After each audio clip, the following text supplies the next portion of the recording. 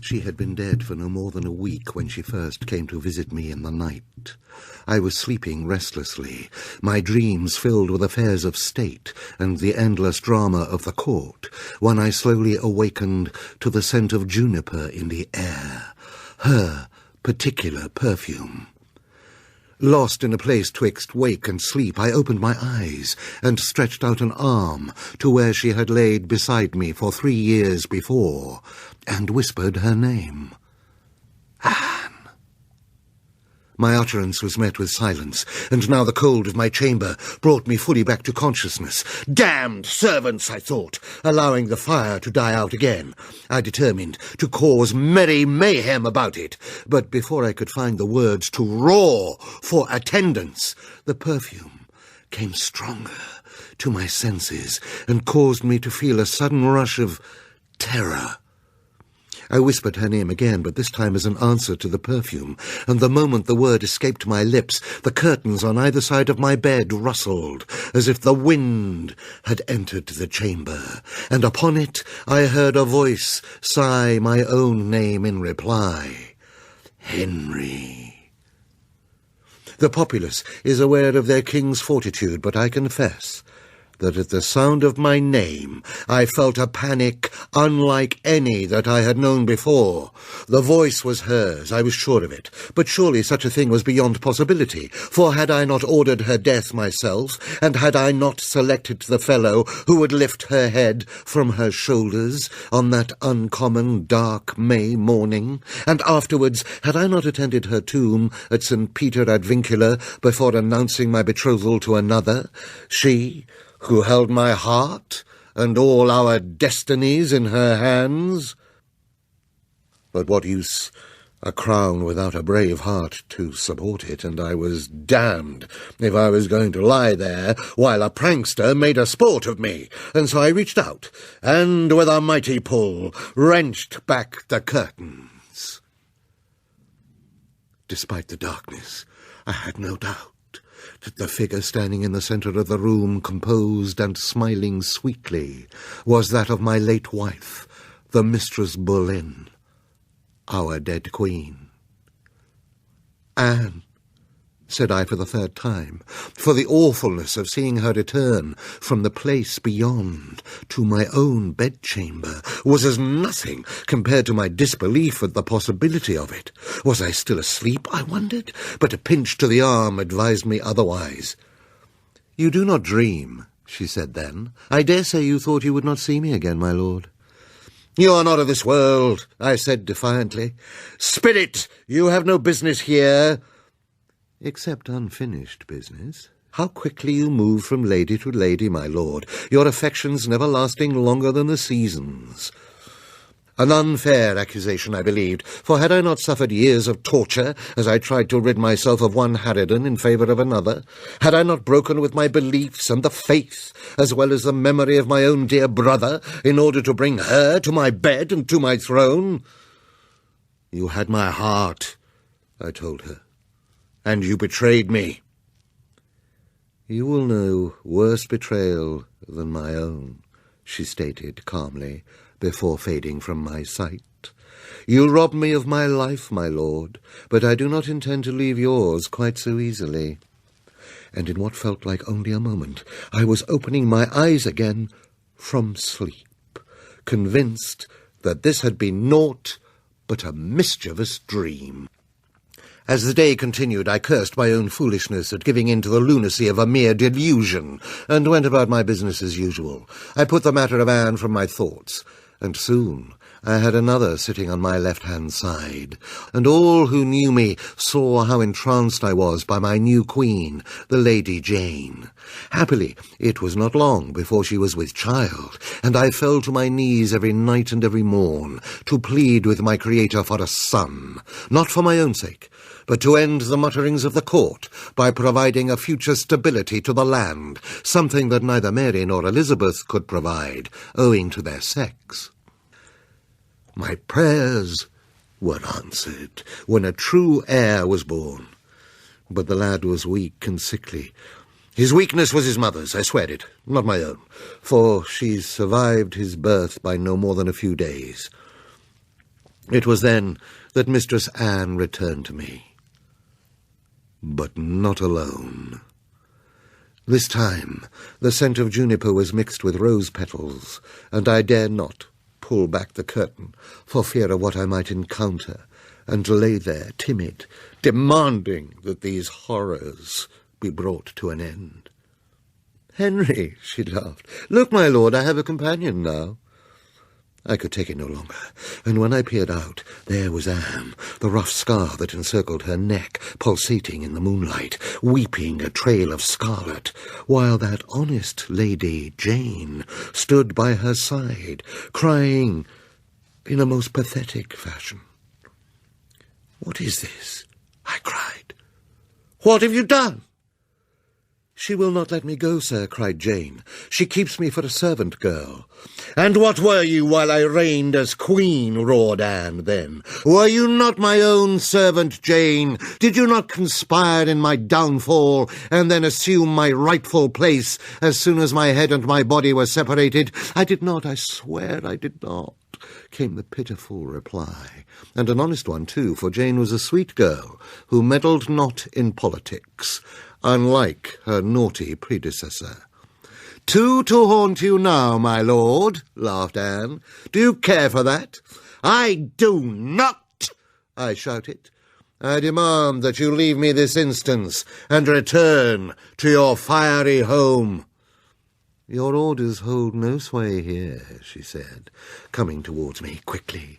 "Shall I throttle you now and take you with me?" she asked. "Will you join us, my lord? Will you make a triumvirate of us in the afterlife?" Her cold fingers encircled my neck with a grip unlike any I had known before, and she squeezed slowly. I swore I would die.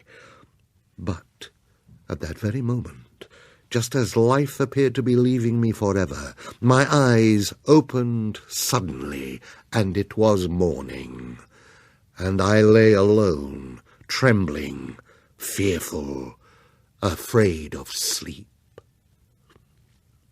The night terrors began in earnest then. I knew not which nights my ladies would appear before me, and which nights I would be left in peace. Every visit grew more horrible. As the days grew into weeks, and these in turn became months and years, my counsellors and ministers grew fearful for me. I grew heavy and unhappy, and the court was filled with a tension over which my unhappy moods presided. I took another wife, a second Anne, but she was not to my taste, and I quickly dispatched her to Hever Castle. I dared not let her join her namesake in the afterlife, and insisted that she be protected and cared for, actions which confused the court. And then a young girl entranced me, a second Catherine, and I took her to my bed and offered her a throne, which she gladly accepted. But foolish me, for she was little more than a child, and her virtue was limited. As her infidelities came to light, I had no choice but to send her to the axe too, lest my ministers considered me too easily abused. But as she was led screaming to her doom, I feared that it would not be long before she visited my bedchamber again, and I dreaded the moment that I would next lay eyes on her pretty features. Soon I would look back on the visits of Anne and Jane with pleasure, for the moment that Catherine joined them my torments increased tenfold. Sleep no longer mattered, for my 3 witches would visit me during the day now, while I attended to papers in my study, or while I was giving chase with the hunt. Catherine took her place at their head, and her anger and viciousness was a study in cruelty, for she would appear as if from nowhere, displaying the wounds that encircled her pretty neck, and screaming as she advanced on me. I tried to flee, but Anne was behind me, while Jane watched proceedings, and let such a roar of misery from her mouth that I thought it might deafen me.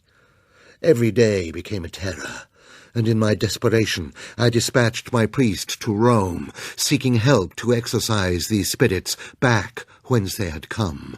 But my reputation was low there, and answer came there none. It was then that I thought to banish these ladies myself.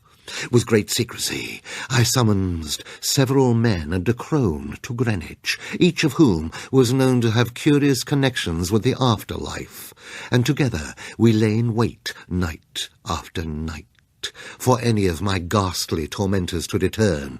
We laid potions, invoked prayers which were spoken in languages of the East, and burned candles fused with an elixir of pomegranate and hayseed, which I was assured had qualities that repelled spirits. These rituals continued for a month and a day, and the visitations finally ceased. Convinced that I had triumphed over my ghosts, I rewarded each of my exorcists with gold. However, within 3 nights of their departure, I was awoken once again to a ghastly screaming, and a vision of Catherine approaching me with Saracen swords, and I knew that we had failed. In my anger, I enacted the witchcraft act and had the men and the crone brought back to Greenwich for a private burning. I was left with no choice but to suffer the daily torments, and in response I repaid them in kind upon my people and upon my court. As time passed, I took another wife, a third, Catherine, a homely creature with a tender heart, who has nursed me through these final days, as I have grown old and fat and riddled with the gout. I cannot recognize my own form when the glass is placed before me. Was I not once young and handsome and vigorous? But this is what my 3 dead queens have brought me to. They have laid me low. I lie in my bed now, knowing that I will never set foot on solid ground again. My breathing grows laboured, and the great corpulence of my body feels heavy and settled as it prepares for its final hour. The Queen is here, and my ministers and advisers surround the bed, and standing between these men, their eyes alight with vengeance and fury, are my 3 ladies, Anne, Jane, and Catherine, screaming with delight, sparing me no charity in my final moments, promising me eternal misery and pain when I leave this world to join them in their unhappy limbo. Oh, make them cease, I cry, summoning all my energies for a final entreaty. But the ministers ignore me now, for they can hear nothing except the advancement of their own ambitions.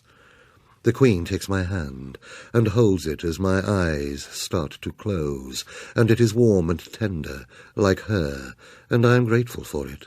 But a moment later her fingers are prized away as Anne takes my left hand in hers, which is icy and hard, and Catherine grips my right, her sharp nails digging into my palm so that I might scream in pain.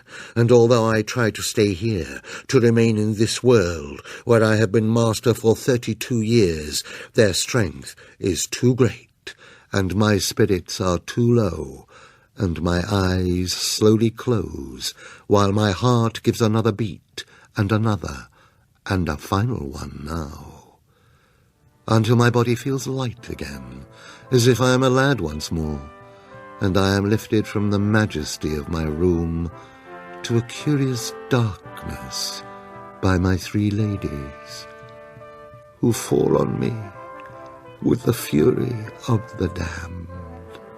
And I hear my own voice screaming from within as their eternal vengeance begins.